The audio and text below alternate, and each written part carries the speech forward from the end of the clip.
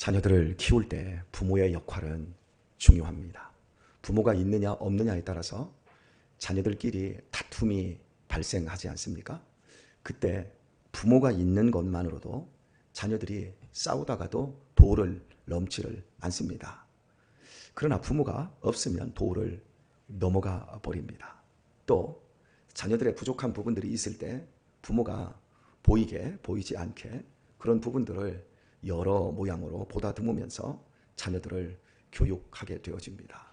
이 세상에서 부모가 있느냐 없느냐 그 부분이 우리가 생각을 해볼수록 참 중요하다는 것을 느끼게 되어집니다. 그래서 우리가 어른이 되었어도 좀 교육이 안 된 애들, 너무 불량한 애들을 보면 저거 가정교육이 안 돼서 그렇다느니, 내 애비가 누구니? 이런 식으로 묻는 이유가 바로 여기에 있습니다. 우리가 인생을 살아가고 있지만 우리는 절대 고아가 아닙니다. 저는 16년 전에 저 어머니가 마지막으로 돌아가시면서 고아가 되었습니다. 여기 우리 다 부모 돌아가신 분들은 다 고아예요. 어떤 의미에서는. 그죠? 그런데 육적으로는 고아일 수 있어도 영적으로는 절대 고아가 아닙니다. 제 인생이 꼬꾸러질 것 같아도 하나님 아버지께서 꼬꾸러지지 않도록 우리를 굳세게, 저를 굳세게 붙잡아 주고 계시다는 사실을 저는 알고 있습니다. 어린 시절에는 하나님이 어디 있나, 내 기도에 이렇게도 응답을 안 하시나 생각을 하면서 속상할 때가 참 많았지만, 나이가 먹고 보니까 기도에 응답이 없었던 때도 사실은 하나님의 응답의 때였다는 것을 알게 되고, 응답만 응답이 아니라 무응답 역시 응답이라는 것도 제가 자식을 키우면서 알게 되어집니다. 우리 아이들이 너무나도 어처구니 없는 말을 저한테 하면 저는 그냥 웃어버리고 아무 말도 하지 않습니다. 그것이 응답입니다. 그러면 그런 유치한 이야기를 아버지한테 했다가도 나중에 시간이 지난 후에 자기들을 스스로 반성해서 그런 부분들은 넘어가 버리는 이런 것들을 제가 아버지로서 느끼면서, 또 제 인생 속에서 하나님이 응답해 주신 것들을 갸름해 볼 때 다 응답해 주셨고 선하게 인도해 주셨고, 죽을 자리 망할 자리가 있었고, 한 번의 선택이 얼마나 중요했는지 그 선택의 순간마다 가장 아름다운 선택을 할 수 있도록 하나님이 도와주셔서 오늘의 삶을 이끌고 있다는 것을 저는 느끼고 있습니다. 여러분 모두에게도 저와 같은 동일한 은혜, 우리가 절대 고아가 아닌 하나님 아버지의 인도하심 속에 있음을 여러분들도 느끼고 계시리라 믿습니다. 앞으로 더 많이 경험하셔서 이 땅에서 하나님 아버지께서 보내주신 예수 그리스도를 더욱더 닮아갈 수 있는 그런 성도가 되실 수 있기를 예수님의 이름으로 축복합니다. 우리가 지금 보고 있는 본문은 바벨론이 이스라엘뿐만 아니라 그 바벨론 주변에 있었던 나라들, 민족들을 향해서 얼마나 못된 짓을 했는지 그것을 지금 살펴보고 있어요. 우리나라가 일제 초창기, 그러니까 1905년에서 1915년 사이에 일본이 우리나라를 강제로 합방, 강제로 병합시켜 놓고 우리나라에서 의병 활동이 너무나도 많이 일어나는 거예요. 그때 그 의병 활동이 서울 지역보다는 이 경상도와 강원도 쪽에서, 경상도와 전라도 쪽에서 많이 일어났고, 특히 전라도 쪽에서 더 많은 의병들이 일어났습니다. 그래서 잃어버린 나라를 되찾고 저 일제를 몰아내자. 그래서 이제 일본 총독부가 반도 진공 대작전이라고 하는 그 명으로 의병들을 소탕하는 일을 하는 거예요. 그래서 군사작전을 펼치는데, 어떻게 군사작전을 펼치냐면 서울 경기에서부터 강원도에서부터 넓게 그물을 치듯이 일본 군사를 동원을 해서 남쪽으로 밀어요. 그리고 이제 경상도 쪽에서도 좁혀서 밀어서 전라도 쪽으로, 충청도 내려오면서 전라도 쪽으로 다 이게 여우몰이 하는 것처럼 다 몰아갑니다. 그리고 이제 점점 몰아가서 전라남도 쪽으로 몰고, 그래서 저 목포 앞바다까지 쫙 몰고 가는 거예요. 그래서 완전히 의병들을 뿌리 뽑아버리죠. 그래서 그 당시에 홍범도 장군이라든지 이런 사람들이 의병 투쟁을, 이제 그분들 홍범도 장군 저 위쪽에 삼경도 이쪽에서 평안도 쪽에서 하셨지만 남쪽에서 굉장히 많은 의병 활동들이 있었어요. 그 의병들이 사그리 죽습니다. 그리고 살아남은 몇 명의 아주 소수의 사람들은 이제 위쪽으로 올라가서 김좌진 장군이나 홍범도 장군 이런 사람들 독립군 밑으로 들어가서 무장투쟁을 계속해서 이어져 나가죠. 일본은 잔혹할 정도로 우리나라를 강점하고도 못되게 굴었습니다. 이런 작전들이 있었어요. 그런 것처럼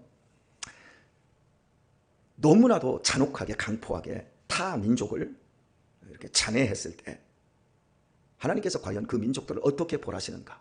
심은 대로 거두게 하십니다. 남의 눈에 피눈물 흘리게 하면 내 눈에도 피눈물 흘리게 하고, 남의 자식들을 유린하면 내 자식들도 유린되고, 하나님께서 바벨론이라고 하는 나라, 이 세상은 주인이 없는 자연지대가 아니에요. 이 세상은 저 밀림 속, 저 망망한 바다 한가운데도, 저 깊은 땅속 바닷속도 하나님이 다 통치하고 계세요. 하나님이 주인이세요. 그리고 이 세상은 하나님의 공의와 하나님의 사랑으로 통치돼요.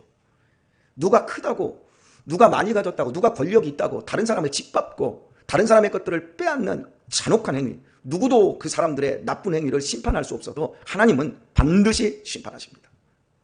하나님은 다 보고 계세요. 바벨론이라는 나라는 세계 최강이었지만 그 힘과 그 지혜와 능력을 가지고 다른 민족과 다른 국가들을 함께 잘 살 수 있도록 독려하고 그 힘과 지혜를 아름다운 것으로 사용해야 되는데, 자기들만 큰 성을 만들고 자기 가족들만 행복하게 살려고 주변의 나라들을 얼마나 짓밟고 얼마나 나쁜 짓을 했는지 하박국 선지자를 통해서 다 폭로하고 있어요. 그 중에서 오늘 본문 우리가 17절만 빼고 나머지 부분은 지난 한 주간 화요일부터 4번에 걸쳐서 앞부분으로 제가 비대면으로 설교를 했었습니다. 오늘은 17절 말씀 한 절만을 보려고 합니다. 말씀 보시면, 대저 그러므로입니다. 네가 레바논의 강포를 행한 것과 짐승을 두렵게 하여 잔해한 것, 곧 사람의 피를 흘리며 땅과 성읍과 그 모든 거민에게 강포를 행한 것이 네게로 돌아오리라. 레바논의 강포를 행했는데 짐승을 두렵게 했대요. 잔해했대요. 너무나도 잔인하게 해를 끼쳤대요. 그리고 사람들의 피를 많이 흘렸는데 땅과 성읍과 그 모든 거민에게, 그러니까 그 사는 사람들에게만 피해를 준 게 아니라 땅은 말을 못하잖아요. 땅과 성읍과 그 모든 거민에게 강포를 행한 것이 니게로 돌아오리라. 그래서 바벨론이 멸망할 때 니네들이 한 짓 그대로 내가 그것을 안갚음 해주겠다. 하나님께서 바벨론을 향하여서 이렇게 경고하고 있는 말씀을 오늘 우리가 읽고 있습니다. 레바논 하면 여러분 성경을 많이 읽으신 분들은 생각나는 뒤에 따라오는 단어가 있으리라고 느껴집니다. 한번 해보도록 할까요? 여러분의 실력이 얼마나 좋은지. 레바논의 뒤에 있잖아요. 우리가 성경 있잖아요. 성전 지을 때 나무, 레바논의 백향목. 예, 맞추셨습니다. 약간의 힌트를 드렸지만 그래도 여러분들이 다 알고 계시는 표정으로 말을 해야 되는데, 권 목사님이 질문한 내용을 항상 얘기하면 우리 교회는 바보가 된다는 것을 여러분이 잘 알고 계셔서 일부러 안 하고 계셨다고 저는 생각을 합니다. 여러분의 실력이 그래도 우리 송탄 장로교의 실력들이 상당히 높다고 저는 느낍니다. 레바논의 백향목, 예, 여하튼 간에 맞았습니다. 그러니까 그쪽 그 지역을 가보면 우리나라 지역에서 우리가 생각하는 것과 지형지물이 달라요. 예를 들어서 우리나라는 야, 소풍 가자, 그림 하나 그리고 자연을 한번 그려봐. 그럼 제일 먼저 그리는 게 뭐죠? 산을 그려요. 그런데 저 캐나다의 토론토라고 하는 도시, 지금 우리 유현진 선수가 토론토에 선수로 있잖아요. 토론토에는 산이 없어요. 그래서 밖에 그 토론토에서 자란 애들한테 저 자연을 그려라 그러면 넓은 지평선 하나 딱 그려놔요. 아무것도 없어요. 왜? 걔네들은 태어나서 산을 본 적이 없으니까. 이해되셨어요? 제가 여러 나라를 돌아다녀 보면서 느낀 것 중에 하나가, 우리나라는 산 그러면 어려서는 거의 민둥산이었어요. 그런데 지금 녹지화가 잘 되어서 산하면 숲과 함께 가요. 근데 영국을 가도 산하면 숲이 없어요. 그러니까 산은 산인데 숲은 따로 있어요. 근데 우리나라는 산은 그냥 숲이에요. 레바논의 백향목 하는 이유는 그쪽 지역에 가면 나무 한 그루도 다 물을 줘야 돼요. 이집트에 가면 카이로, 알렉산드리아에 다 가잖아요. 그럼 집집마다 정원에 나무가 있고 가로수가 다 있잖아요. 그러면 비가 안 오는 동네인데도 나무들이 가로수가 다 있어요. 그 가로수가 우리나라는 그냥 사시사철 여름 한철 아주 떼약볕 내릴 때 외에는 비가 약간 부족하지만 그런 나라는 비가 안 와요. 그러니까 수시로 수차, 물차가 다 물을 줘서 키워야 되는 이런 곳이에요. 그러니까 넓은 들판 같은 데는 나무 한 그루 자라나지 않아요. 이런 지역이 이스라엘 지역이고 이집트, 이 중앙아시아 지역도 마찬가지더라고요. 중앙아시아를 가로지르는 산맥이 천산, 이걸 이제 중국어 발음으로 텐진 산맥이라고 하는데 엄청 큰 산맥이죠. 그 산 위에는 만년설이 덮여 있고 그 중간쯤에는 산이 다 헐벗어 버렸어요. 민둥산이에요. 그리고 아래쪽만 위에서 만년설이 녹아서 내려오는 물로 인해서 숲이 약간 우거져 있어요. 그런데 성경을 우리가 볼 때 레바논의 백향목, 백향목은 여러분 소나무예요. 제가 백향목이 따로 있는 줄 알았어요. 그러다가 제가 이쪽 이제 시리아라든지 터키라든지 이스라엘에 가서 도대체 백향목이 뭔가, 백향목이 뭔가. 시띠나무는 여러분, 우리 시띠나무 나오잖아요. 그 시띠나무로 뭘 만들었어요? 갈대상자, 즉 테바, 방주를 만들었잖아요. 그래서 저는 방주를 만들 정도 되면 나무가 최소한 우리나라의 참나무 뭐 이런 건 줄 알았더니 가시나무예요. 가시나무. 아카시아 나무처럼 나무가 쫙쫙 이렇게 돼 있는데 정말 보잘것. 어떻게 그거 가지고 만들었을까? 얼마나 큰. 제가 본 광야에서의 그런 나무들은 정말 보잘것없는 나무더라고요. 여하튼 간에 레바논의 백향목을 소나무라는 것을 제가 알고 나서, 소나무에 우리나라 군락지는 정말 많잖아요. 강원도에도 있고 또 해송으로 유명한 곳은 안면도 이런 곳이잖아요. 그런데 유일하게 레바논의 지역은 숲이 형성이 되어 왔어요.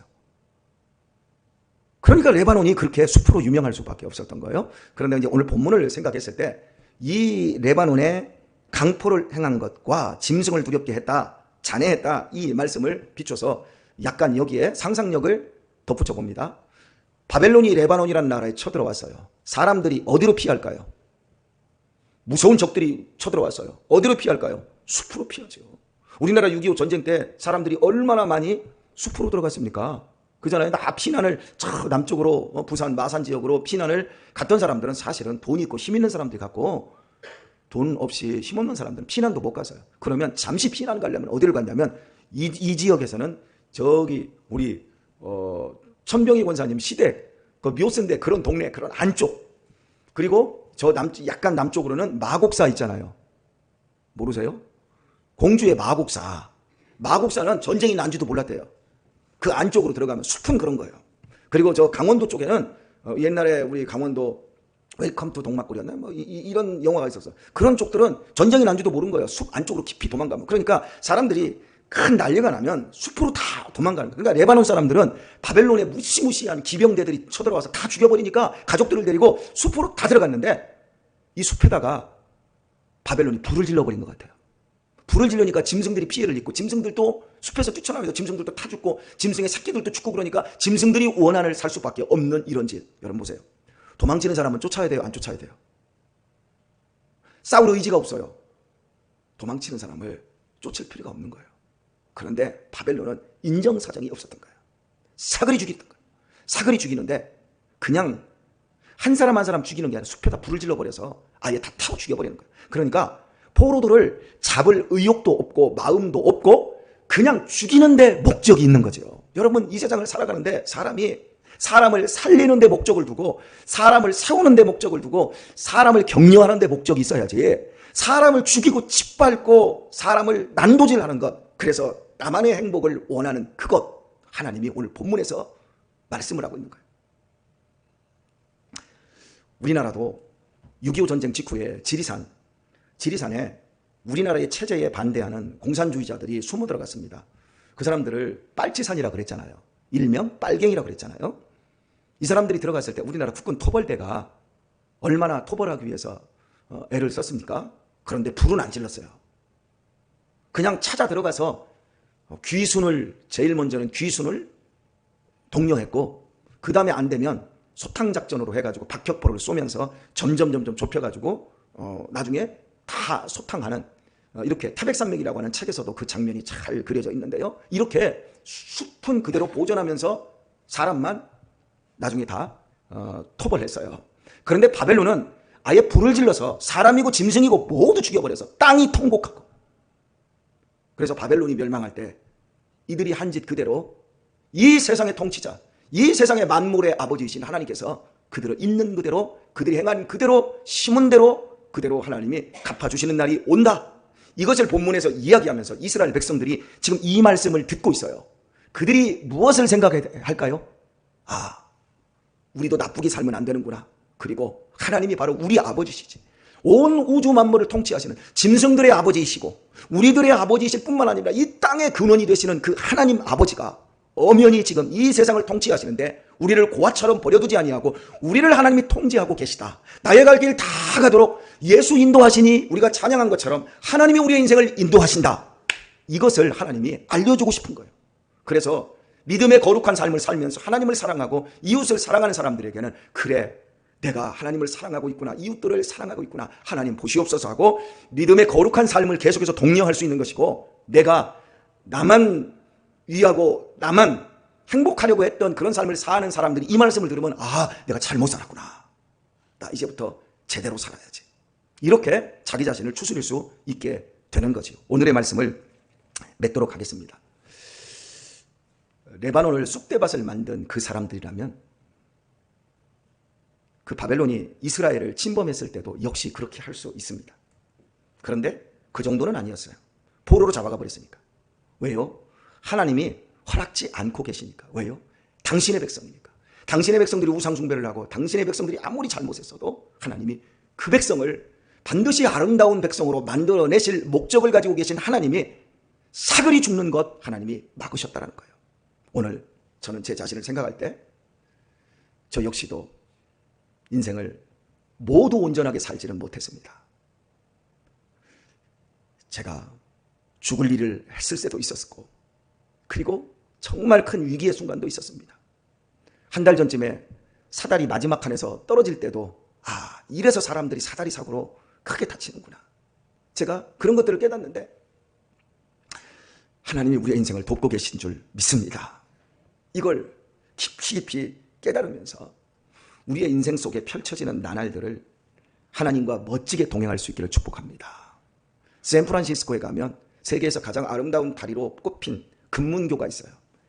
이게 너무 높게 짓다 보니까 이게 지은 게 지금부터 여러분 한 130, 40 이때 지은 거예요. 그때 기술이 지금보다 부족했지만 그래도 그런 다리를 지었다라고 하는 건 어마어마하지요. 그런데 너무 높으니까 현기증 때문에 사람들이 밑을 보다가 현기증 때문에 떨어져 죽는데 5명이 떨어져 죽은 거예요.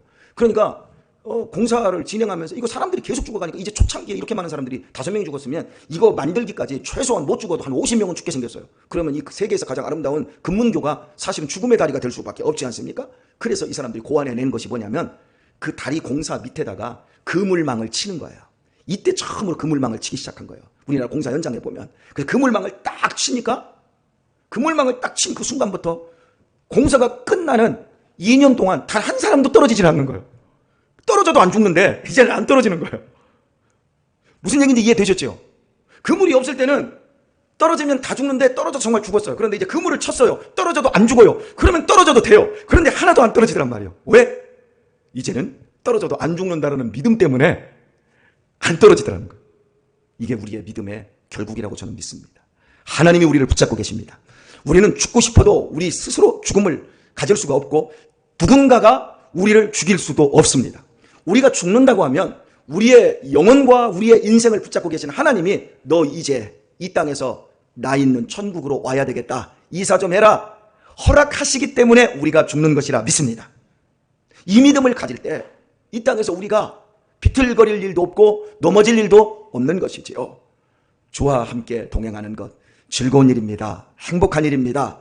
여러분의 처절한 인생의 환경에서 오늘 또 어렵고 힘이 들 때 아, 내 밑에 하나님이 안전그물을 쳐놓으셨지, 내가 넘어져도 결코 죽지 않지, 내가 만약 죽는다면 내가 천국으로 이사할 시간이 되었기에, 사명이 끝났기에 하나님 나 불러가시지, 어떤 순간에도 여러분 감격하며 기뻐하며 즐거워하며 주님과 함께 멋지게 동행하시되 오늘 하루 더욱더 행복하게 동행하실 수 있는 하루가 되실 수 있길 예수님의 이름으로 축원합니다.